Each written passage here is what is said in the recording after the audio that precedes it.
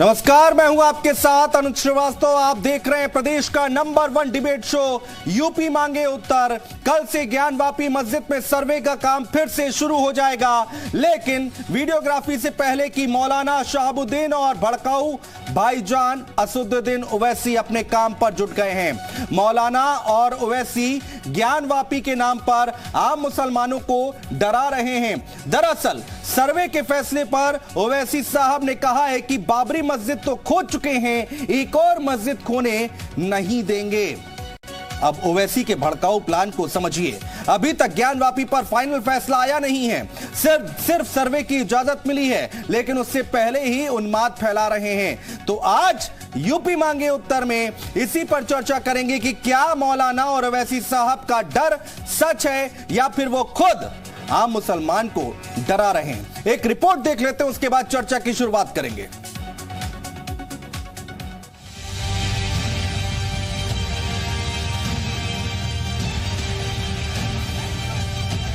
Varanasi court का सर्वे और videography वाला आदेश कट्टरपंथियों की आंखों में चुभ रहा है। आलम यह है कि ज्ञानवापी के नाम पर कट्टरपंथी आम मुसलमानों के जहन में जहर भरने की कोशिश कर रहे हैं। हमने बाबरी मस्जिद को खो दिया और उस वक्त सुप्रीम कोर्ट के फैसले पर तमाम मुसलमानों ने अपना सर तस्लीम खम करते हुए सुप्रीम कोर्ट के फैसले को मानते हुए खामोशी इख्तियार की। बरेली में दरगाह आला हजरत के प्रचारक मौलाना शहाबुद्दीन ने कोर्ट के फैसले पर जिहादी फरमान जारी करते हुए कहा कि अगर अब बाबरी की तरह हमला हुआ तो अंजाम बुरा होगा। अब मुसलमान खामोश नहीं बैठेगा। अगर दूसरी मस्जिद पर हमला किया गया और दूसरी मस्जिद को बाबरी मस्जिद की तरह उसको बनाने की कोशिश की गई तो हिंदुस्तान का मुसलमान खामोश नहीं बैठेगा और वो फिर जो भी आंदोलन या तहरीक हो सकती है वो चलाने पर मजबूर होगा। मौलाना तो मौलाना, कोर्ट का फैसला आने से पहले ही ओवैसी ने अपना पूरा भड़काऊ प्लान तैयार कर लिया है। हम मुसलमानों ने बाबरी मस्जिद को इन्हीं हथकंडों से खो दिया। अब हम किसी और मस्जिद को नहीं खोने देंगे। आपसे हम नहीं खोने देंगे। हम एक बार हाथ को नहीं जलाए बल्कि अपने पूरे जिस्म को जला चुके हैं। अब हम दोबारा जलने के लिए तैयार नहीं है। अब हम अपनी मस्जिद को नहीं खोना चाहते हैं। काशी के बहाने जहरीली बयानबाजों की कतार में समाजवादी पार्टी के नेता अबू आजमी भी खड़े हैं। ये चीजें जो है ना सिर्फ और सिर्फ हिंदू मुस्लिम करके बर्बाद कर रहे हैं। इसी तरह से तो मुल्क के खिलाफ बोलना गलत है, पर सरकारों के खिलाफ बोलने की पूरी इजाजत है। बहरहाल अपनी राजनीति चमकाने के लिए भड़काऊ बयान देने वाले ये नेता न केवल कोर्ट के फैसले की तौहीन कर रहे हैं, बल्कि सांप्रदायिक माहौल बिगाड़ने की कोशिश भी कर रहे हैं। ब्यूरो रिपोर्ट, जी मीडिया।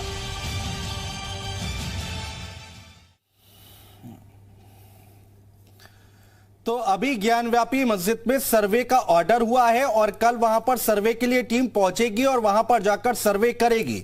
लेकिन बयानबाजी करने की, बयान देने की इतनी जल्दबाजी क्या है? असदुद्दीन ओवैसी कहते हैं कि एक मस्जिद हमने खो दी, दूसरी हम नहीं खोना चाहते हैं। मौलाना साहब कहते हैं कि मुसलमान इस बार शांत नहीं बैठेगा। और एक और बयान निकलकर सामने आता है कि बीजेपी के मुंह में खून लग गया। तो तमाम तरह की बातें यहां पर कही गई हैं और इसको लेकर अब नया विवाद छिड़ गया है, नई बहस छिड़ गई है। आखिर इसी को समझने के लिए हम लोगों ने एक डिबेट रखी और इसमें बड़ा पैनल, खास पैनल हमें बुलाया है। राकेश पांडे इतिहासकार हमारे साथ जुड़ेंगे, मनीष शुक्ला जी हैं प्रवक्ता भारतीय जनता पार्टी के, वो हमारे साथ जुड़ रहे हैं। स्वागत है सर आपका। अभिषेक राय जी हैं प्रवक्ता हैं समाजवादी पार्टी के, कुछ देर में वो हमारे साथ जुड़ जाएंगे। असीम वकार जी हैं प्रवक्ता है AIMIM से। असीम वकार जी बहुत स्वागत है आपका। मौलाना शहाबुद्दीन जी हैं, मुस्लिम धर्मगुरु हैं, हमारे साथ जुड़ चुके हैं। स्वागत है मौलाना साहब। साध्वी गीतांबा जी हैं, हिंदू धर्मगुरु हैं। स्वागत है साध्वी जी आपका। सबसे पहले डिबेट की शुरुआत मौलाना साहब आपसे करेंगे। मौलाना साहब, ये किस तरह का बयान दे दिया आपने? ये इससे क्या मैसेज जाता है? मैंने जो बयान दिया है बिल्कुल ठीक बयान दिया है। और देखिए, पूरे हिंदुस्तान के मुसलमानों के जज्बात और एहसासात की तर्जमानी की है। मैंने कोई अपना जाती बयान नहीं दिया है। मुसलमानों के दरमियान जो तकलीफ है उस शिद्दत का इजहार मैंने किया है और ये तकलीफ आज से नहीं है। काफी दिनों से इस तकलीफ को सहा जा रहा है, बर्दाश्त किया जा रहा है आए दिन मुसलमानों को ज़हनी एतबार से और मौलर तौर पर उनको जो है वो परेशानी में मुब्तला किया जा रहा है। रोजाना जैसे आए दिन किसी मस्जिद को लेकर के, कभी ताजमहल को लेकर, कभी लव जिहाद को लेकर, कभी टेरर फंडिंग को लेकर के, कभी आतंकवाद को लेकर के, जगह जगह तौर पर मसाइल को लेकर के मुसलमानों को परेशान किया जा रहा है। ठीक है, मुसलमानों को परेशान किया जा रहा है, इस पर हम डिबेट आगे बढ़ाएंगे और कैसे परेशान किया जा रहा है जरा ये भी समझने की आपसे हम कोशिश करेंगे। लेकिन ग्राउंड जीरो पर हमारे सहयोगी विशाल वहां पर मौजूद है और एक दिन पहले ग्राउंड जीरो से रिपोर्ट बताते हुए विशाल, क्या तस्वीर, क्या माहौल? देखिए, फिलहाल मैं इस वक्त काशी विश्वनाथ मंदिर के ठीक बाहर मौजूद हूं और ये वो हिस्सा है जहां से ज्ञानव्यापी मस्जिद के लिए भी जाया जाता है। आपको दिखा दें, गेट नंबर 4 पर मैं मौजूद हूं और अभी कुछ देर पहले ही पुलिस कमिश्नर सतीश गणेश और इसके साथ साथ जो वाराणसी के डीएम है कौशल राज शर्मा, ये दोनों लोग ही अंदर पहुंचे हुए। चूंकि अगले कुछ मिनटों के बाद मुख्यमंत्री योगी आदित्यनाथ को भी यहाँ आना है और कल चूंकि सर्वेक्षण भी होना है, तो ऐसे में आप सिक्योरिटी देख सकते हैं, सिक्योरिटी बहुत ज़्यादा टाइट कर दी गई है। और अगर हम आपको तस्वीरें दिखाएं तो आप तस्वीरें दिखेंगे तो आपको अंदाजा हो जाएगा कि इस वक्त यहाँ का जो माहौल है वो पूरी तरह से बदला हुआ है। क्योंकि कल सुबह 8 बजे से सर्वेक्षण होना है, तो ऐसे में तमाम जो तैयारियां हैं वो पूरी कर ली गई हैं, बस इंतजार किया जा रहा है। कल और आज चूंकि मुख्यमंत्री योगी आदित्यनाथ के यहाँ पे पहुँचने का जो है कार्यक्रम है, तो ऐसे में ये कहा जा रहा है कि इसके कई राजनीतिक मायने भी हैं। हालांकि मुख्यमंत्री जब भी बनारस आते हैं तो यहाँ पर पूजा अर्चना करते हैं और यहाँ पर विधि विधान से, लेकिन अगर आपको हम बात करें तो देखिए, आपको ये एक अपडेट दे देता हूँ मैं कि ये देखिए, ये गेट है, यहीं से नमाज पढ़ने के लिए तमाम जो नमाजी हैं वो ज्ञानव्यापी मस्जिद के लिए जाते हैं। उसके ठीक बगल का जो एक सिरा जो खुला था उसको बंद कर दिया गया है। आप देख सकते हैं कि उसका आपको कैमरामैन चाहिए कि तस्वीर दिखा दे कि एक होर्डिंग जो है वो वहाँ पर उस गेट पर लगा दी गई है। चूँकि ये एरिया भी खुला हुआ था, यहाँ पर फिलहाल इसको जो है रोक लगा दी गई है। अभी अगर आप देखेंगे तो फिलहाल मुख्यमंत्री योगी आदित्यनाथ के आने का वक्त हो चुका है। बस कुछ ही क्षण के बाद मुख्यमंत्री योगी आदित्यनाथ यहाँ पर आएंगे और खास बात यह है कि उनके आगमन को लेकर भी सुरक्षा व्यवस्था चाक चौबंद है और कल की चीज़ें जो है उनको देखते हुए देखिए, ये जो हिस्सा था ये खुला हुआ था और आप यहाँ से भी एक रास्ता था, लेकिन आप देख सकते हैं कि इसको पूरे ब्लॉक कर दिया गया है। जो कल की वजह से साफ तौर पर ये निर्देश है कि किसी भी तरह से कोई भी व्यक्ति जो है कहीं से भी प्रवेश न कर सके, इसका विशेष ध्यान दिया जाए। और आप यहाँ पर ज्ञानव्यापी मस्जिद की तस्वीर भी आप देख सकते हैं। तो यहाँ पर फिलहाल इस वक्त जो है ये कहा जा सकता है कि जो पुलिस के आला अधिकारी हैं वो भी यहाँ पर मौजूद है, इसके साथ साथ जो प्रशासनिक अधिकारी हैं वो भी यहाँ पर मौजूद है। और बस अगले 10 से 15 मिनट के बाद मुख्यमंत्री योगी आदित्यनाथ यहाँ पर आएंगे। आपको मैं गाड़ी जो है वो दिखा देता हूँ। ये देखिए, आप पुलिस कमिश्नर की गाड़ी जो है आपको दिखाई पड़ेगी और यहाँ पर अभी पुलिस कमिश्नर और जो डीएम हैं वो जो है उस वक्त अंदर गए हुए हैं। अंदर जाके बाकायदा जो है वो एनालिसिस कर रहे हैं, सुरक्षा व्यवस्था का जो जायजा है वो ले रहे हैं। आज का तो महत्वपूर्ण है ये। बिल्कुल विशाल, ठीक है, बहुत शुक्रिया हमारे साथ जुड़ने के लिए और तमाम बातचीत करने के लिए और तस्वीरें दिखाने के लिए। विशाल बता रहे हैं कि यहाँ पर किस तरह की तैयारियां की गई हैं और मुख्यमंत्री खुद थोड़ी देर बाद यहाँ पर पहुंचने वाले हैं, कुछ मिनटों बाद। देखना होगा कि जब वो मीडिया से अगर वो बात करते हैं तो क्या कुछ उधर से उनकी तरफ से बयान आता है। फिलहाल अभिषेक राय जी भी हमारे साथ जुड़ गए हैं, प्रवक्ता है समाजवादी पार्टी के। असीम अरुण जी के पास, पहले असीम वकार जी के पास चल देते हैं, माफी चाहेंगे। असीम जी, क्या लगता है आपको कि क्या मुसलमानों को जो मौलाना साहब बात कर रहे हैं कि परेशान किया जा रहा है, परेशान है और खामोश नहीं बैठेगा मुसलमान, बाबरी मस्जिद से इसका इस वाले केस का कंपैरिजन करना, तुलना करना कितना सही है?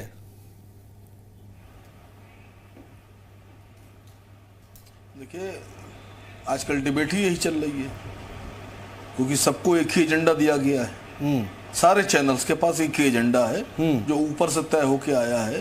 वजह उसकी एक ये है कि अगर खाली बैठेंगे और लोगों के बीच में इस तरह की बहस नहीं लेके आएंगे तो जो पेट्रोल महंगा हो गया, जो देश पे कर्जा चलता चला जा रहा है 107 लाख करोड़ का, इस पे बात होने लगेगी, फिर महंगाई पे बात होने लगेगी, फिर बेरोजगारी बात होने लगेगी। तो लोगों को किसी तरह से इन सब मामलों से दूर हटाना है और उनको एक जगह लाके फंसा देना है। तो आप लोग की मजबूरी है सर, सबकी मजबूरी है, क्या किया जाए। आप भी तो आए सर डिबेट में, ये भी नहीं कह सकते कि नहीं, आप भी तो आए इस पर बात करने के लिए। नहीं, आपके नेता ही तो बयान दे रहे हैं ना, बाबरी मस्जिद से इसकी तुलना कर रहे हैं ना। इसको तूल कौन दे रहा है? आप ही लोग तो दे रहे हैं सर। सुनिए तो सर,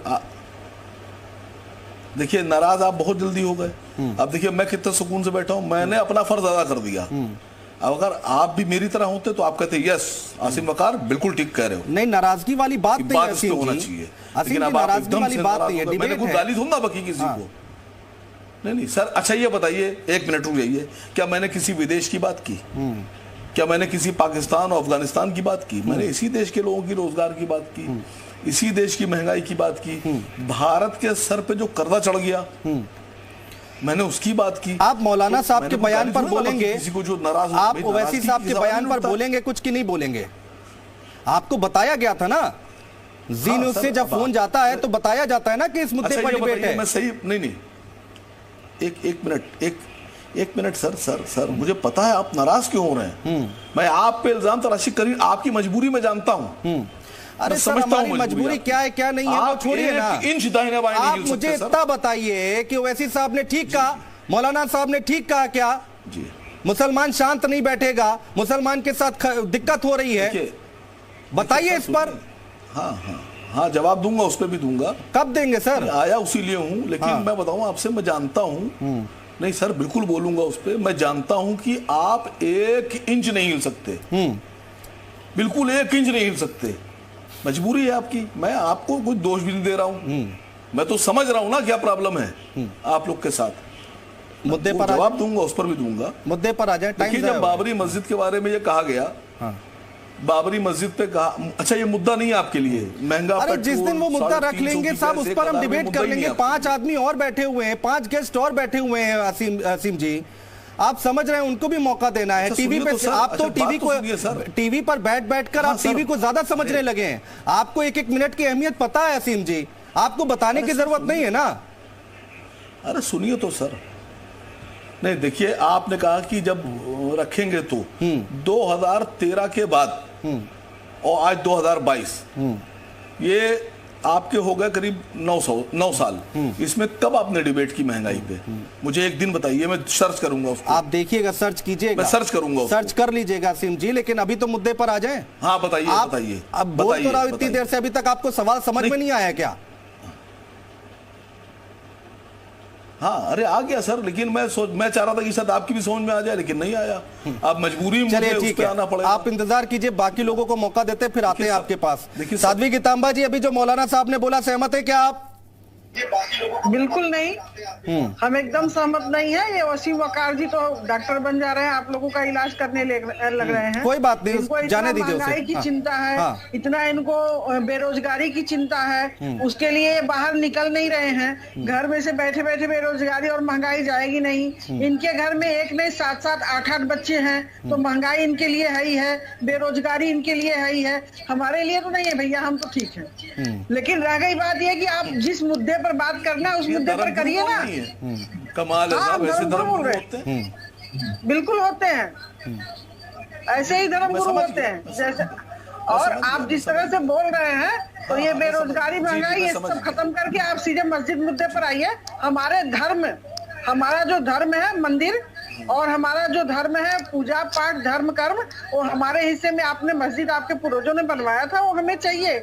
बस हमें यही करना है, बाकी हमें कुछ नहीं करना है। हमें आपके बेरोजगारी, महंगाई और ये सबसे कोई ठीक है। अभिषेक राय जी प्रवक्ता है समाजवादी पार्टी के। अभिषेक राय जी, आवाज आ रही हो तो जरा बताइए कि ठीक है, अब मैं समझता हूं ये सेंसिटिव मुद्दा है, लेकिन ऐसे समय पर बयानबाजी इस तरह की करना भी तो ठीक नहीं है। ये तो भड़काने वाली बात हो गई ना अभिषेक जी। इस तरह की करना भी तो ठीक नहीं है। ये तो भड़काने वाली बात हो गई ना अभिषेक जी। मेरी आवाज आ रही है? जी आ रही है सर, बोलिए। हेलो, हाँ मैं ये कह रहा था अनुज भाई कि देखिए, अभी आपने पिछला विधानसभा चुनाव देखा होगा, वहां पे सारे पॉलिटिकल एनालिस्ट और सारे लोगों के सर्वे जो कहते हैं 122 सीटों पर बहुजन समाज पार्टी ने समाजवादी पार्टी को हराने के लिए कैंडिडेट्स खड़े किए, और उसमें हम 122 सीटों पे हारे और 1.5 से 2000 के अंतर से हारे जी। उसी तरीके ओवैसी साहब ने हमें 14 सीटें हराई हैं। 14 सीटें हराई हैं समाजवादी पार्टी को, जहां इन्होंने ऐसे कैंडिडेट खड़े किए थे। याद है, हाँ। जो इस तरह के ये बयान दे रहे, मैं अनुज भाई मैं अपनी बात कंप्लीट करूं तो देखिए, ये सबको पता है, परोक्ष अपरोक्ष रूप से इन्होंने भारतीय जनता पार्टी की मदद करी, दोनों दलों ने। और किस तरह मदद करी? आज बसपा 1 सीट पे है और क्या कहते हैं कांग्रेस शायद 2 सीट पे। तो पूरे उत्तर प्रदेश में जो कहते हैं विपक्ष का जो जिम्मेदारी है वो समाजवादी पार्टी के पास है। तो हम सकारात्मक विपक्ष की जिम्मेदारी पूरी तरीके से निभाएंगे। जो न्यायपालिका का आदेश है उस पर हम लोग कोई टिप्पणी नहीं करना चाहते, ना कर सकते हैं। सीधी सी बात है, न्यायपालिका में हमें विश्वास है, हमें पता है कि न्यायपालिका कम से कम सही चीज होगी। लेकिन जो संविधान खतरे में, आप बताइए ओम प्रकाश राजभर जी के ऊपर इतना बड़ा हमला हुआ और अभी तक लोग गिरफ्तार नहीं हुए। आज मैं खुद गाजीपुर में था, मैं धरने पे बैठा हुआ था, क्यों नहीं गिरफ्तारियां हो रही? अभी इन्होंने मुकुल राय जी को डीजीपी पद से डिमोशन किया।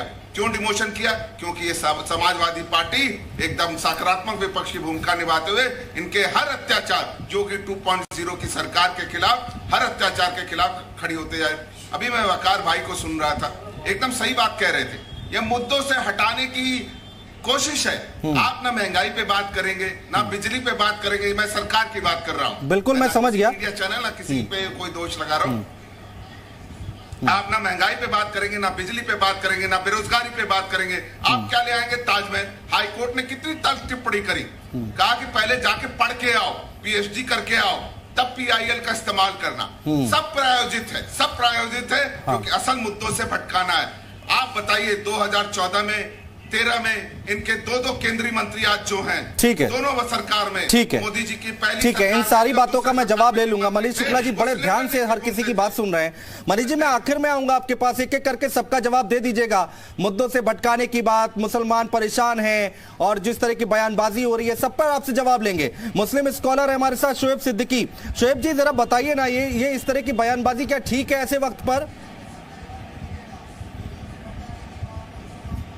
जी देखिए, इस वक्त ऐसे हालात हैं कि कोई बयानबाजी ना करे। हाँ। और जहाँ तक ओवैसी साहब का सवाल है तो वो हैदराबाद में है और अबू आज़मी साहब बॉम्बे में है। हाँ। तो ये ऐसे बयान ना दें कि यहाँ पे कोई ऐसे हालात पैदा हो जाएं जिससे आम आदमी परेशान हो। और ये जो ऑर्डर आया है, ये कोर्ट का ऑर्डर है, ये हमारा आपका ऑर्डर नहीं है, ये कोर्ट का ऑर्डर है। और कोर्ट ने ये बात कही है, जैसे जुम्मे के दिन रखा गया था, उस दिन किसी वजह से नहीं हो पाया। हाँ। जांच नहीं हो पाई, अंदर वीडियोग्राफी नहीं हो पाई। दोबारा उसमें क्या, सुप्रीम कोर्ट ने भी इस बात को कहा है कि इसको हम नहीं रोक पाएंगे, इसका जो हाई कोर्ट ने ऑर्डर दिया है उसको होना चाहिए। तो मेरा ये कहना है कि इसको खामोशी से हो जाने दीजिए। कोर्ट पे आप यकीन रखिए और कोई भड़काने काम ना करे। हाँ। ओवैसी साहब से मेरी गुजारिश है, वकार आसिम साहब बैठे हुए हैं, उन्होंने सही जवाब नहीं दिया जो आप पूछ रहे थे। अबू आज़मी साहब बॉम्बे में बैठे हैं। मेरा कहना है कि आम इंसान को परेशानी ना हो, हाई कोर्ट ने ऑर्डर दिया है और कल इसकी जो है वीडियोग्राफिंग होगी, जिसको हो जाना चाहिए। हाँ। इसमें देखिए, ये कोर्ट का ऑर्डर है, ये संविधान ऐसा है, ये मंदिर ऐसा है कि इसको सबको मानना चाहिए। और मैं समझता हूँ हर समुदाय के लोग कोर्ट के ऑर्डर को मानते हैं। और कल इसी सख्ती कर दी गई है। हमारे माननीय योगी जी अभी दौरे पर भी हैं। हाँ, हर पक्ष जा सकता है कोर्ट में, इसमें कोई दिक्कत थोड़ी ना है। आप हाई कोर्ट चले जाइए, हाई कोर्ट में जाने की तैयारी हो चुकी है। वही मैं कह रहा हूँ कि देखिए, आम आदमी का मामला नहीं है। देखिए, आम आदमी का नहीं है।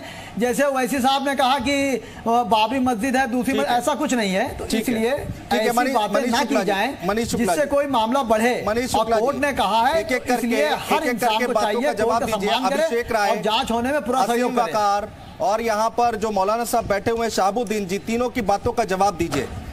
महंगाई मुद्दा, आप उससे मुद्दे से ध्यान भटकाना चाह रहे हैं, मुसलमान परेशान हैं, और जो हमारा मुद्दा है आज, जो बयानबाजी हो रही है उस पर बोलिए सर।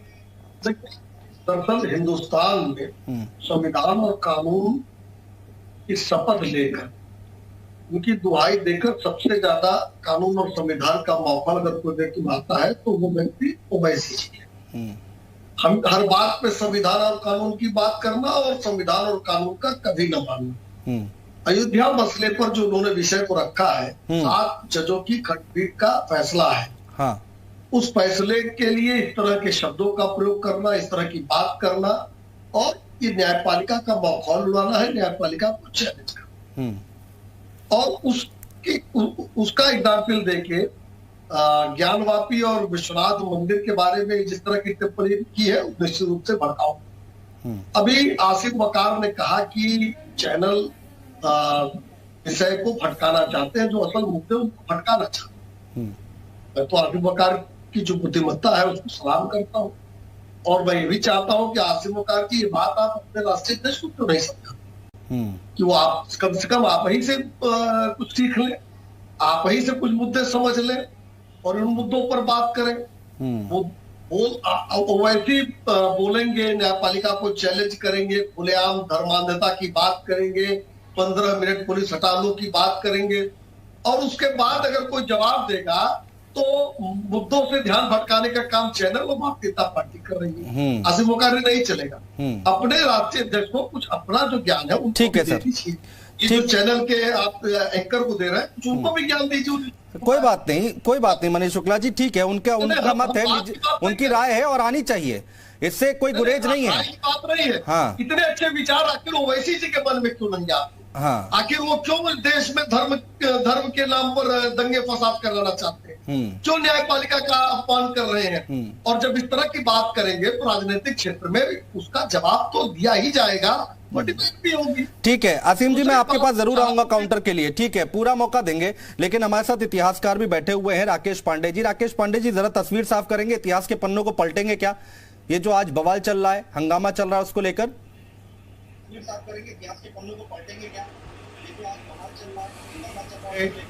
कि ज्ञानवापी मस्जिद बटा मंदिर जी के ऊपर एक ऐतिहासिक व्याख्या की जाए।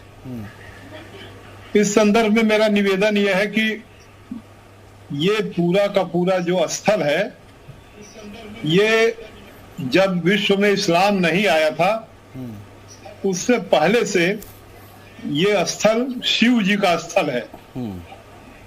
इसका प्रमाण यह है कि हमारे सबसे प्राचीन ग्रंथ स्कंद पुराण में पूरे काशी के भूगोल की चर्चा है जी, जो इस्लाम धर्म के आने से पहले का है जी, और उसमें काशी जो ज्ञानवापी का क्षेत्र है जी, वह एक हिंदू क्षेत्र है जी।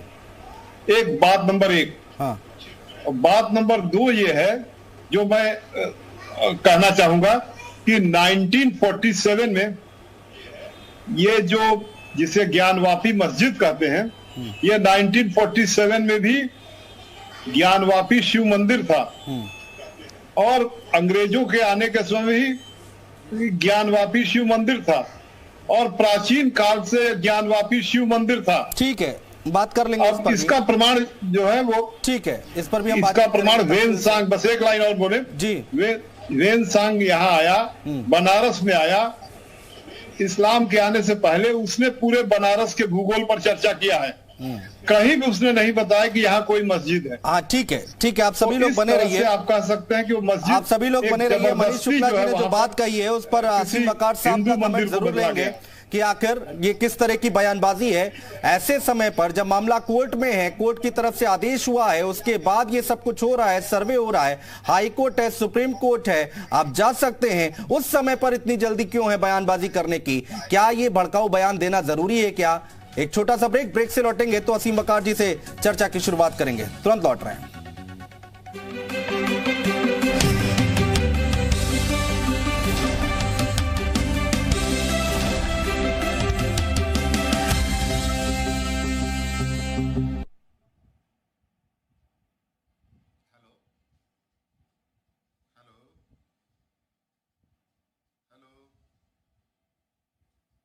अगर खाली बैठेंगे और लोगों के बीच में इस तरह की बहस नहीं लेके आएंगे तो जो पेट्रोल महंगा हो गया, हाँ। जो देश पे कर्जा चढ़ता चला जा रहा है 107 लाख करोड़ का, इस पे बात होने लगेगी, फिर महंगाई पे बात होने लगेगी, फिर बेरोजगारी बात होने लगेगी, तो लोगों को किसी तरह से इन सब मामलों से दूर हटाना है और उनको एक जगह लाके फंसा देना है। तो आप लोग की मजबूरी है सर, सबकी मजबूरी है, क्या किया जाए? आप भी तो आए सर डिबेट में, ये भी नहीं कह सकते कि नहीं, आप भी तो आए इस पर बात करने के लिए। नहीं, आपके नेता ही तो बयान दे रहे हैं ना, बाबरी मस्जिद से इसकी तुलना कर रहे हैं ना, इसको तूल कौन दे रहा है? आप ही लोग तो दे रहे हैं सर। सुनिए तो सर, देखिए नाराज आप बहुत जल्दी हो गए। अब देखिए मैं कितना सुकून से बैठा हूं, मैंने अपना फर्ज अदा कर दिया। अब अगर आप भी मेरी तरह होते तो आप कहते यस आसिम वकार बिल्कुल ठीक कह रहे हो। नहीं, नाराजगी वाली बात नहीं है, होना चाहिए, लेकिन नाराजगी वाली बात नहीं है, मैंने कोई गाली थोड़ा बकी किसी को। नहीं सर, अच्छा ये बताइए, एक मिनट रुक जाइए, क्या मैंने किसी विदेश की बात की? क्या मैंने किसी पाकिस्तान और अफगानिस्तान की बात की? मैंने इसी देश के लोगों की रोजगार की बात की, इसी देश की महंगाई की बात की, भारत के सर पे जो कर्जा चढ़ गया मैंने उसकी बात की। आप मौलाना साहब के बयान पर बोलेंगे, किसी को जो नाराज, आप ओवैसी साहब के बयान पर बोलेंगे कुछ की नहीं बोलेंगे?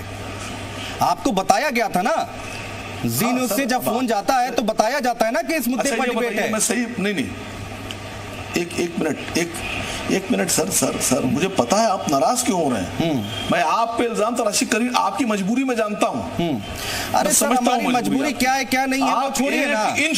आप मुझे इतना बताइए कि ओवैसी साहब ने ठीक कहा, मौलाना साहब ने ठीक कहा क्या? जी, मुसलमान शांत नहीं बैठेगा, मुसलमान के साथ दिक्कत हो रही है, बताइए इस पर।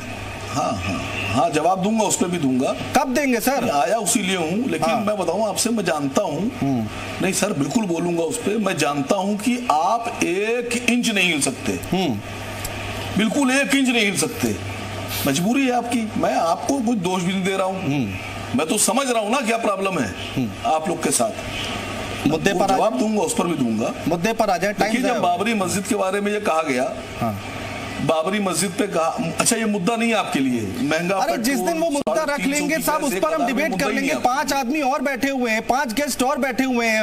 असीम जी, आप समझ रहे हैं, उनको भी मौका देना है। टीवी पे आप तो टीवी पर बैठ कर आप टीवी को ज्यादा समझने लगे हैं। आपको 1-1 मिनट की अहमियत पता है असीम जी, आपको बताने की जरूरत नहीं है ना। अरे सुनिए तो सर, नहीं देखिए, आपने कहा कि जब रखेंगे तो 2013 के बाद और आज 2022, ये आपके हो गए करीब 9 साल। इसमें कब आपने डिबेट की महंगाई पे? मुझे एक दिन बताइए, मैं सर्च करूंगा उसको। आप देखिएगा, सर्च कीजिएगा, मैं सर्च करूंगा, सर्च कर लीजिएगा सिंह जी। लेकिन अभी तो मुद्दे पर आ जाए। हाँ बताइए। अब बोल तो रहा हूं इतनी देर से, अभी तक आपको सवाल समझ में नहीं आया क्या? हाँ, अरे आ गया सर, लेकिन मैं चाह रहा था कि शायद आपकी भी समझ में आ जाए, लेकिन नहीं आया। आप मजबूरी में मुझे उस पे आना पड़ेगा। आप इंतजार कीजिए, बाकी लोगों को मौका देते फिर आते हैं आपके पास। देखिए साध्वी गीतांबा जी, अभी जो मौलाना साहब ने बोला, सहमत है क्या आप? बिल्कुल नहीं, हम एकदम सहमत नहीं है। ये वसीम वकार जी तो डॉक्टर बन जा रहे हैं, आप लोगों का इलाज करने लग रहे हैं। कोई बात नहीं, इनको जाने दीजिए उसे। महंगाई की चिंता है, इतना इनको बेरोजगारी की चिंता है, उसके लिए बाहर निकल नहीं रहे हैं। घर में से बैठे बैठे बेरोजगारी और महंगाई जाएगी नहीं। इनके घर में 1 नहीं 7-7, 8-8 बच्चे हैं, तो महंगाई इनके लिए है ही है, बेरोजगारी इनके लिए है ही है। हमारे लिए तो नहीं है भैया, हम तो ठीक है। लेकिन रह गई बात यह कि आप जिस मुद्दे पर बात करना है उस मुद्दे पर करिए ना। कमाल है साहब, ऐसे धर्म होते हैं, बिल्कुल होते हैं, ऐसे ही धर्म गुरु होते हैं जैसे। और आप जिस तरह से बोल रहे हैं, तो ये बेरोजगारी, महंगाई, ये सब खत्म करके आप सीधे मस्जिद मुद्दे पर आइए। हमारे धर्म, हमारा जो धर्म है मंदिर, और हमारा जो धर्म है पूजा पाठ, धर्म कर्म, वो हमारे हिस्से में आपने मस्जिद आपके पूर्वजों ने बनवाया था, वो हमें चाहिए। बस हमें यही करना है, बाकी हमें कुछ नहीं करना है। हमें आपके बेरोजगारी, महंगाई और ये सबसे कोई ठीक है। अभिषेक राय जी प्रवक्ता है समाजवादी पार्टी के। अभिषेक राय जी, आवाज आ रही हो तो जरा बताइए कि ठीक है, अब मैं समझता हूँ ये सेंसिटिव मुद्दा है, लेकिन ऐसे समय पर बयानबाजी इस तरह की करना भी तो ठीक नहीं है। ये तो भड़काने वाली बात हो गई ना अभिषेक जी। इस तरह की करना भी तो ठीक नहीं है। ये तो भड़काने वाली बात हो गई ना अभिषेक जी। मेरी आवाज आ रही है? जी आ रही है सर, बोलिए। हेलो, हाँ मैं ये कह रहा था अनुज भाई कि देखिए, अभी आपने पिछला विधानसभा चुनाव देखा होगा, वहां पे सारे पॉलिटिकल एनालिस्ट और सारे लोगों के सर्वे जो कहते हैं 122 सीटों पर बहुजन समाज पार्टी ने समाजवादी पार्टी को हराने के लिए कैंडिडेट्स खड़े किए, और उसमें हम 122 सीटों पे हारे और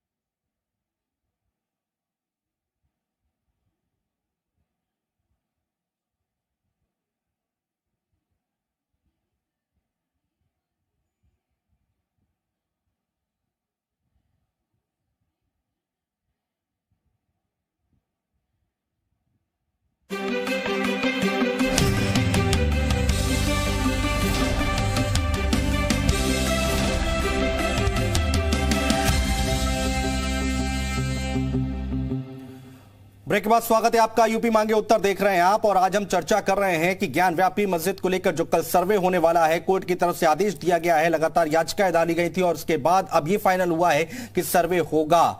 हाईकोर्ट सुप्रीम कोर्ट तक बात जा चुकी है, लेकिन अब इन सब के बीच में जो नेता हैं, जो मौलाना हैं, वो अलग अलग बयान दे रहे हैं और उसको लेकर अब सवाल उठ रहे हैं कि क्या ये वक्त है क्या इस तरह की बयानबाजी करने का? क्या थोड़ा संयम नहीं रख सकते हैं क्या थोड़ा पेशेंस नहीं रख सकते हैं क्या? जब मामला कोर्ट में है तो तस्वीर थोड़ी और साफ होने दीजिए। तो हायर कोर्ट है, उसकी तरफ से क्या फैसला आता है ये भी तो देखना होगा, लेकिन नहीं, यहां पर लगातार बयानबाजी की जा रही है। असीम वकार जी हमारे साथ लगातार मौजूद है। असीम वकार जी, जवाब दीजिए। मनीष शुक्ला जी ब्रेक पर जाने से पहले कह रहे थे कि जो आप इधर उधर सबको ज्ञान दे रहे हैं, थोड़ा ज्ञान ओवैसी साहब को भी दे दीजिए। नहीं, मनीष शुक्ला जी कुछ भी कह सकते हैं, क्योंकि मनीष शुक्ला जी हफ्ते में 3 दिन योगी जी को ज्ञान देते हैं, 1 दिन मोदी जी को ज्ञान देते हैं, 2 दिन अमित शाह साहब को ज्ञान देते हैं। क्लास लेते हैं ये तो उनकी, तो ये कह सकते हैं बहुत बड़े नेता हैं ये। योगी जी इनको बुलाते हैं जब कहीं फंस जाते हैं तो। ठीक है, अब बहुत बढ़िया मशवरा देते हैं। ये बताइए मौलाना साहब ने जो बोला ठीक है क्या? ये कह सकते हैं, ये कुछ भी कह सकते हैं सर। मौलाना साहब ने जो बोला ठीक है? हाँ, देखिए अभी हिस्टोरियन साहब हिस्ट्री बता रहे थे और साध्वी गीतांबा जी जो हैं वो बता रही हैं कि बस ऐसे उन्होंने प्रूफ कर दिया कि जैसे मस्जिद जो है मंदिर को तोड़ के ही बना दी गई। यही बात तो बाबरी मस्जिद के लिए कही गई थी और पूरे देश में ये हो गया कि साहब मुसलमानों ने बाबरी मस्जिद मंदिर को तोड़ के बना दी, बस कब्जा ही कर लिया। जो शुक्रिया अदा कीजिए चीफ जस्टिस ऑफ इंडिया का जी, कि जो फैसला आया उस फैसले में साफ साफ ये लिखा सर्वोच्च न्यायालय ने, ये देखिए जी, ये कि इस बात का कोई प्रमाण नहीं है कि मुसलमानों ने किसी मंदिर आप बस यही लेके घूमते रहिए, प्रमाण मेरे पास है और प्रमाण हम दे रहे हैं, देते रहेंगे। आप चिंता न करिए, सिर्फ आप अपनी चिंता करिए, हम लोगों की चिंता मत करिए कि कैसे हमें प्रमाण देना, हमें क्या करना, बोलने दीजिए साध्वी जी, बोलने दीजिए, अपनी चिंता करिए। असीम जी फिर चुप कराइए, ऐसे बात ही नहीं करता। हाँ, मैं यही कहने जा रहा था, नाराज हो जाएंगे, बहुत जल्दी नाराज हो जाते हैं। बोलिए असीम जी। बात समझिएगा। नहीं, मैं नाराज ही नहीं होता सर, मैं तो बैठा हुआ हूँ, बुलाइए इनसे। बोलिए असीम जी, बात पूरी कीजिए। बोलेगा उसकी बात। मुझे इतना बताइए कि यहाँ पर जो मौलाना साहब की बातों का आप समर्थन करते हैं क्या? सर सुन तो लीजिए बात, देखिए जो मुझे कहना है वो जो कह लेने दीजिए। देखिए निर्मोही अखाड़े ने कहा कि ये जमीन हम लोगों की है।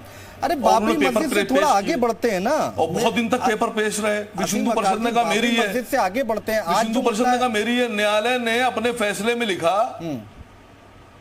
सुनिए, न्यायालय ने अपने फैसले में लिखा कि निर्मोही अखाड़ा, विश्व हिंदू परिषद ये सबूत ही नहीं दे पाएगी जमीन इनकी है। अब आज बाबरी मस्जिद का मुद्दा नहीं है ना, आज क्यों बाबरी मस्जिद लाई जा रही है?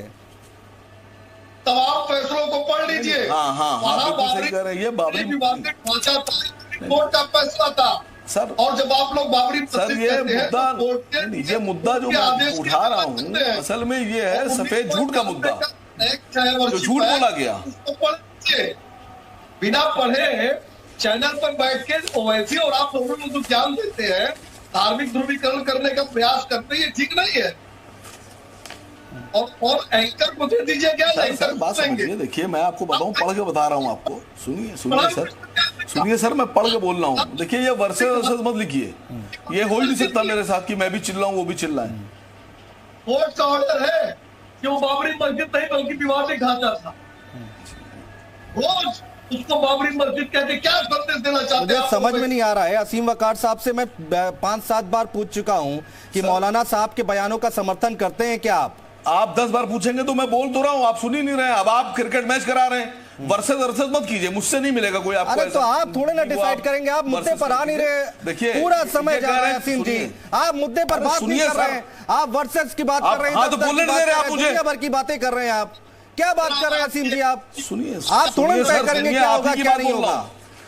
सुनिए, हैदराबाद की म्युनिसिपल कॉर्पोरेशन की राजनीति करने वाले मनीष शुक्ला जी कह रहे हैं विवादित ढांचा। हाँ सुनिएगा आप, सुनाइए ना। मनीष शुक्ला कह रहे हैं विवादित ढांचा बाबरी मस्जिद को, और सर्वोच्च न्यायालय ये कह रहा है कि बाबरी मस्जिद के वजूद से इनकार नहीं किया जा सकता। आप बताइए सर, ये मनीष शुक्ला बड़े हैं, सर्वोच्च न्यायालय बड़ा है? आप तो कह रहे हैं न्यायालय पे ढांचा, विश्वास रखिए ना, क्यों आप और सुप्रीम कोर्ट कह रहा है कि क्यों बोला बाबरी जा रहा है मस्जिद ये के बार वजूद से इनकार नहीं किया जा सकता? मुसलमान शांत नहीं बैठेगा, सड़कों पर उतर आएगा, ये कौन बातें कर रहा है? इसका समर्थन करते हैं क्या आप? मुसलमान देश में परेशान है, मौलाना साहब बोल रहे हैं, आप मेरी बात करते का हैं जवाब दे नहीं समर्थन? रहे, मैं आपकी बात का जवाब क्यों दूं? आप समर्थन करते हैं क्या? मैंने कहा ना, आप मेरी बात का जवाब दे नहीं रहे। अरे भाई, आप लोगों ने कहा रामलला प्रकट, प्रकट, रामलला प्रकट, आप यहाँ जवाब न्यायालय ने कहा कोई प्रकट नहीं हुए, ना अवैध तरीके से मूर्ति रखी गई। पहली बार थोड़े डिबेट में बैठ रहे हैं आप, अवैध तरीके से पहली बार डिबेट में बैठ रहे हैं क्या? आप लोग जवाब ही नहीं दे रहे। आप पहली बार डिबेट में बैठ रहे हैं क्या? क्यों माने आपकी बात? क्यों माने आपकी बात? अरे भाई, सवाल कर रहा हूँ, जवाब माने देंगे आपकी ना। बात? ये पहली बार नहीं है ना आपकी डिबेट, सवाल जवाब होता है ना। न्यायालय का आदेश जवाब ही नहीं देंगे। ये मनीष शुक्ला कह रहे हैं, मौलाना शुक्ला कह रहे हैं, मौलाना साहब, विवादित ढांचा। हाँ। सर्वोच्च न्यायालय ने कहा, ये देखिए, ये देखिए, सर्वोच्च न्यायालय ने कहा बाबरी मौलाना मस्जिद साहब चर्चा में आइए। ठीक है, ठीक है, मैं समझ गया, आप बाबरी मस्जिद से आगे नहीं बढ़ेंगे। आप बता रहे हैं आपसे जो सवाल किया जाएगा उसका जवाब नहीं देंगे आप दुनिया भर की बातें करेंगे, गोल गोल घुमाते रहेंगे। आप बाबरी मस्जिद में जवाब नहीं दे पाएंगे, कोई फंस गया। बाबरी मस्जिद का मुद्दा नहीं है, आप फंस गए, आपके पास जवाब नहीं है सर। ठीक है, कोई बात नहीं, ठीक है, ये झूठ का मुद्दा है, ये ठीक है, आप कुछ फहमी में रहिए। ठीक है, मौलाना साहब चर्चा में आइए, चर्चा में आइए। मौलाना साहब, ऐसा बयान क्यों? थोड़ा पेशेंस रखिए ना, थोड़ा पेशेंस रखिए, ऐसे समय पे ऐसा बयान क्यों? बोलिए मौलाना साहब। कानून और संविधान पर पोषण, मौलाना साहब, शहाबुद्दीन जी, आवाज आ रही हो तो जवाब दीजिए, वैसे भी बहुत समय चला गया, बोलिए। जी जी जी, बोलिए, क्या कह रहे हैं आप? मैं कह रहा हूं, ऐसे सेंसिटिव मुद्दे पर इतनी जल्दी इस तरह के बयानबाजी क्यों? हाई कोर्ट है, सुप्रीम कोर्ट है, आप जा रहे हैं ना सुप्रीम कोर्ट में, वेट कर लीजिए फैसले का। न्यायालय पे विश्वास नहीं है क्या? मुसलमान सड़कों पर उतरेगा, ये क्या बात होती है? मुझे 2 मिनट का टाइम दीजिए और मैं जरा सा। बोलिए सर, बोलिए, बहुत लोग बैठे हैं, वैसे भी 2-2 मिनट करके ज्यादा हो जाएगा, बोलिए। बाबरी मस्जिद का मामला हुआ, वो सुप्रीम कोर्ट पहुंचा, सुप्रीम कोर्ट में जो फैसला आया सुप्रीम कोर्ट का, तो हमने उस पे पूरे हिंदुस्तान के तमाम मुसलमानों ने सुप्रीम कोर्ट के फैसले पर अपना सरे तस्लीम खम कर दिया और ये कहा, ऐलान करके तमाम उलमा ने, मुस्लिम संगठनों ने, तमाम मुसलमानों ने कि जो सुप्रीम कोर्ट का फैसला आएगा हम उसको मानेंगे जी। और ये हमने करके दिखा दिया जी। पूरे हिंदुस्तान में एक एक मुसलमान ने सुप्रीम कोर्ट का फैसला हर कोई मानता है सर, और मानना पड़ेगा।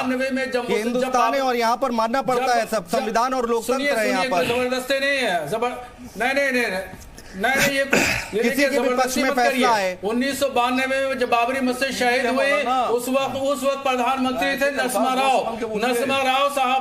राव साहब के दौर में पार्लियामेंट में एक्ट बनाया गया। पार्लियामेंट का एक्ट पढ़िए, आप पहले पढ़िए, पार्लियामेंट में ये एक्ट बनाए कि 1947 के बाद 1947 में जितनी भी मस्जिदें हैं उसका स्टेटस बाकी रखा जाएगा सिवाय बाबरी मस्जिद के। तो बाबरी मस्जिद तो आप ऐसा बयान देंगे क्या? 47 के वाक़ये से ऐसा बयान देंगे क्या?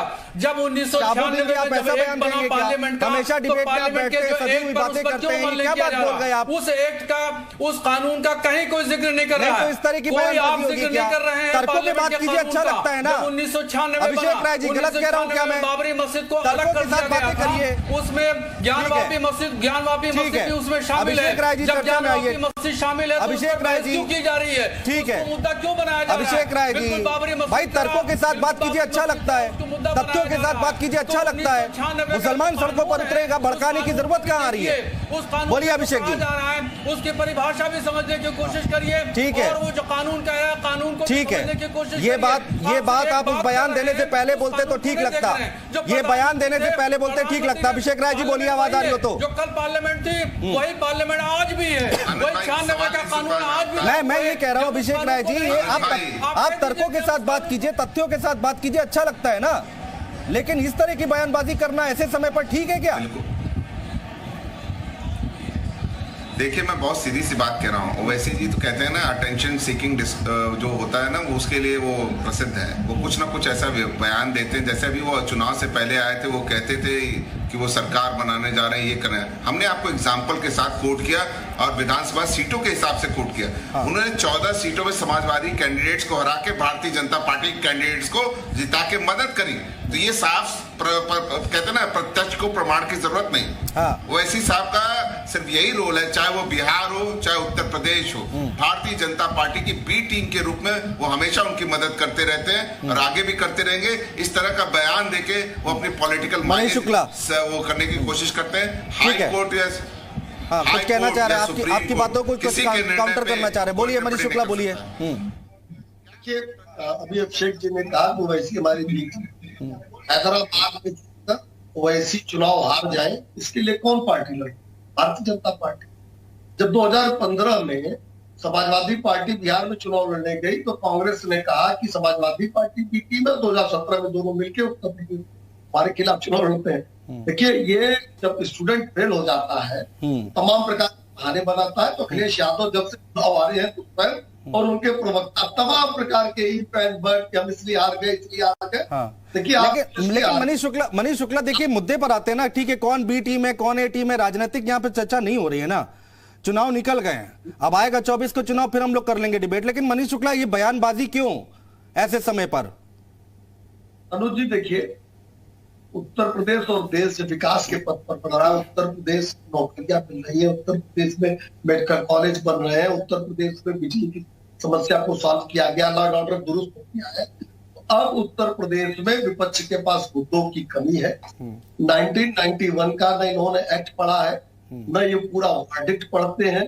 केवल और केवल कुछ बीच से चीजों को निकाल के भ्रम फैलाकर अपनी धर्म की राजनीति करना चाहते हैं, चाहे ओवैसी हो, चाहे अखिलेश यादव हो, चाहे मौलाना हो। मौलाना भी बता रहे 1991 के एक्ट में कहा गया कि 1947 से पहले की सभी मस्जिदों की सभी पूजा स्थलों की यथास्थिति को बनाए रखा जाए। लेकिन उसमें एक सेक्शन और पढ़ लीजिए मौलाना, जाइएगा इस बार पढ़िएगा फिर बोलिएगा कि जो ऐतिहासिक है, पुरातत्व की महत्व की है, ऐतिहासिक का मतलब 100 साल के ऊपर कुछ और क्लॉजेज है, उसको भी पढ़िएगा। दूसरी बार अगर 1991 कोई आधार मान ले, कोई आधार मान ले, तो 47 के पहले वहां मां श्रृंगार गौरी की पूजा अर्चना नियमित होती थी। और इस एक्ट के आगे मुलायम सिंह यादव ने यह पाप किया कि मां श्रृंगार गौरी की जो नियमित पूजा अर्चना होती थी उसको बंद कर दिया, उसको एक दिन साल में कर दिया। तो ये जो भरमाने का काम था देश को और प्रदेश को, जनता ये बात समझ रही है। ठीक है, बोलिए तुष्टीकरण की। अभिषेक राय जी जल्दी से काउंटर कर लीजिए, फिर मैं आता हूं शोएब जी आपके पास। हाँ, मैं अनुज भाई, मैं इनकी बातों से बहुत, कहते हैं ना कि इनको मुद्दों से भटकाना बहुत अच्छा आता है। मनीष भाई बहुत समझदार प्रवक्ता है, क्यों नहीं ये महंगाई पे एक बार बात बोल पाए? क्यों भारतीय जनता पार्टी के नेता बेरोजगारी पे बात नहीं बोल पाए? AK शर्मा ने जो ट्वीट किया, इनके मंत्री है, क्यों ने उनको बर्खास्त कर दिया? जिन्होंने जो भी पावर स्टेशंस उन्होंने कहे कि शटडाउन हो गए, इसलिए उत्तर प्रदेश में 5 घंटे बिजली मिल रही है, बर्खास्त कर दीजिए AK शर्मा को। आप तो AK शर्मा जी के आपके ऊर्जा मंत्री हैं। उन्होंने ट्वीट किया और सबको आप गूगल सर्च कर लीजिए, सारे समाजवादी पार्टी ने बनाए थे।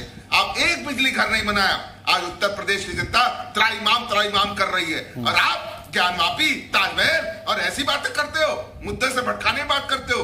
आपकी रिपोर्ट आई है, जो रिटेल हुआ वो है 7.79 हो गया। आप बताओ महंगाई दर कहां मुद्दे से भटका रहे हैं मनीष जी? नहीं करोगे? जनता त्राईमाम जवाब दीजिए कर रही है, आप सिर्फ मुद्दों से भटकाने की बात करते हो। मनीष जी बयान देंगे ओवैसी, बयान देंगे अखिलेश यादव, बयान देंगे ST हसन और शफीकुर रहमान।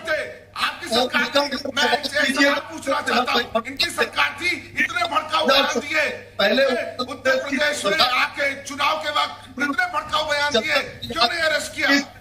ठीक है, जवाब तो ले लेने दीजिए, जवाब ले लेने दीजिए अभिषेक जी मनीष शुक्ला से जवाब ले लीजिए, उनकी आवाज दब रही है ना, सुनने दीजिए। हाँ मनीष जी बोलिए।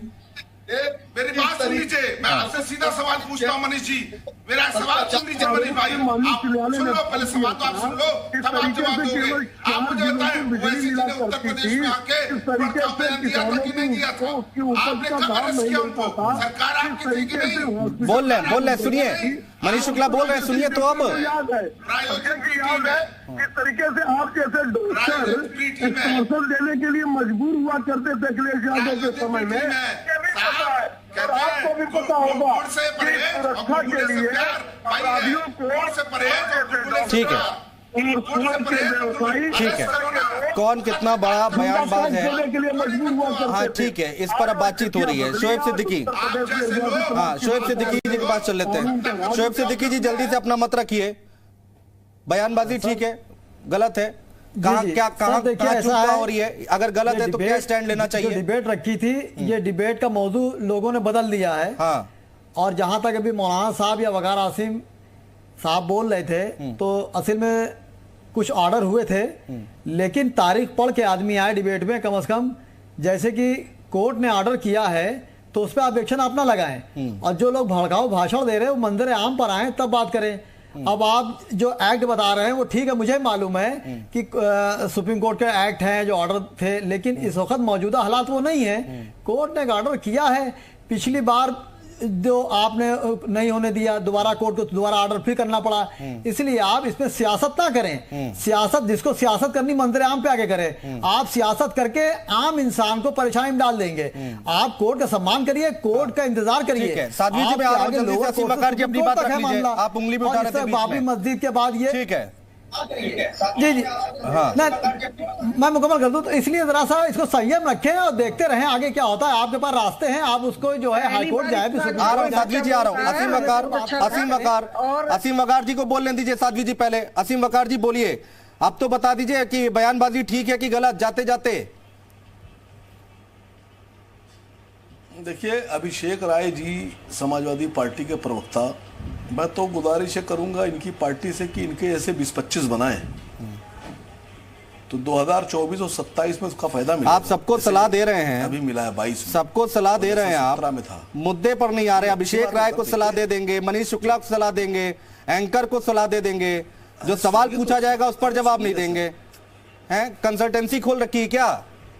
सर, बड़ा मसला खड़ा है सर। मेरे जैसा शरीफ आदमी नहीं होगा, मैं तो किसी से लड़ी नहीं रहा हूँ। नहीं सर, आप शरीफ आदमी, मैं तो ये कह रहा हूँ कि सम्मान है आपका। 14 सीटें, 2 बार कहा 14 सीटें हराई। सुनिए, इन्हीं ने कहा 14 सीटें हराई है MIM ने। लड़े तो सर आप कम से कम 350 थे अपने बल पर, अपनी सीट, अपने टिकट पर, और 350 में 14 हमने हरा दी, और हारे आपको मिली है 111। तो ये 239 जो हारे हैं आप, उसमें से 14 निकाल दिए। बयान पे नहीं बोलेंगे? जिस दिन आपने आत्ममंथन कर लिया, बयान पे नहीं बोलेंगे? आपने आत्ममंथन कर लिया, उस दिन कामयाबी। बयान पर जवाब नहीं देंगे? उसकी कि आपको पता ही नहीं कि आप क्या गड्ढा कहाँ है, आप क्या बयान पर जवाब नहीं देंगे? बैठे कमरे के अंदर 4-6 लोग, बयान पर जवाब नहीं देंगे? बातें की पॉलिटिकल नॉन पॉलिटिकल पता ही नहीं। बयान पर जवाब नहीं देंगे? 39 सीटें हारे हैं, बयान पर जवाब नहीं देंगे? पता है आपको? ठीक है, आप ठीक है साध्वी जी, जल्दी से 30 सेकंड दे रहा हूं, अपनी बात रख लीजिए, समय नहीं है बिल्कुल भी। बस हमें यही कहना है कि हमारा मंदिर है, मंदिर में रहेगा, मंदिर ही बनेगा, और बेकार का ये लोग दौड़ रहे हैं, दौड़े। ठीक है, कोर्ट तय करेगा साध्वी जी, वो अभी मामला कोर्ट में है, सर्वे हो रहा है। आगे सुप्रीम कोर्ट और हाई कोर्ट क्या है, क्या रुख लेता है, क्या फैसला लेता है, क्या संज्ञान लेता है, देखने वाली बात होगी। फिलहाल बहुत शुक्रिया आप सभी मेहमानों का हमारे साथ जुड़ने के लिए, तमाम बातचीत करने के लिए। सर्वे किया जा रहा है, अभी हाई कोर्ट जाने की तैयारी, सुप्रीम कोर्ट में मामला पहुंच चुका है, सुप्रीम कोर्ट में भी फैसला आएगा। जब कोर्ट का आगे देखना होगा क्या रुख होता है, उससे ठीक पहले इस तरह की बयानबाजी कितना सही, आप खुद तय कीजिए। यूपी मांगे उत्तर देख रहे थे आप, बने रहिए जी उत्तर प्रदेश।